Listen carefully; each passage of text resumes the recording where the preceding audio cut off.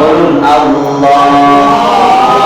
হে রব্বুল আলামিন, আমাকে আপনাকে আমাদেরকে জুমার মসজিদে আসার সুযোগ দিয়েছেন, সুস্থ রেখেছেন। ওই আল্লাহকে অন্তর থেকে দিল খুলে একবার ডাক দিন আল্লাহ। আমাদের সুস্থ করে দিতে পারেন কে? আমাদেরকে সম্মানী করতে পারেন কে? আবার অসুস্থ সুস্থ থেকে অসুস্থ করে দিতে পারেন কে? আমাদেরকে মসজিদে এনেছেন কে? মসজিদ থেকে আবার জীবিত বাড়িতে ফিরে দিবেন কে?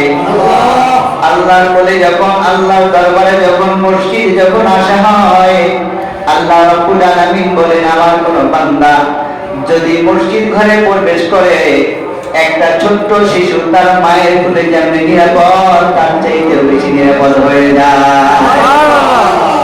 আল্লাহ রাব্বুল আলামিন বলেন, ওয়া মান দাখালাহু কানা আমিনা। আল্লাহু আকবার, আল্লাহু আকবার। আল্লাহ বললেন, আমার এই ঘরের মধ্যে যারা প্রবেশ করবে, কানা আমিনা, তারা মুক্ত হয়ে যাবে। সুবহানাল্লাহ। বান্দা যত বড় গুনাহগার হোক না কেন, ওই বান্দার গুনাহ খাতাগুলো ফেরেশতা মসজিদের গেটের বাইরে নিয়ে দাঁড়িয়ে থাকেন।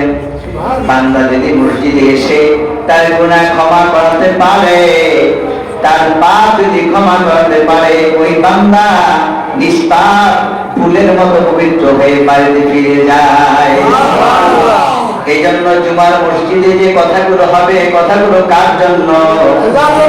পড়েন, ইন্না সালাতি, পারেন না? পড়েন, ইন্না সালাতি ওয়া নুসুকি ওয়া মাহইয়ায়া ওয়া মামাতি লিল্লাহি রাব্বিল আলামিন।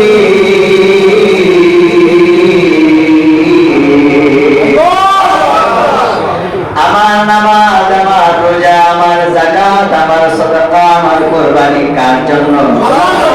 ইন্না সালাতি, আমার নামাজ, সুবহানাল্লাহ বলুন, ওয়া নুসুকি, আমার কুরবানি, ওয়া মাহইয়ায়া, আমার জীবিত হায়াতের জীবন, ওয়া মামাতি, আমার মৃত্যু, লিল্লাহি রাব্বিল আলামিন। সুবহানাল্লাহ।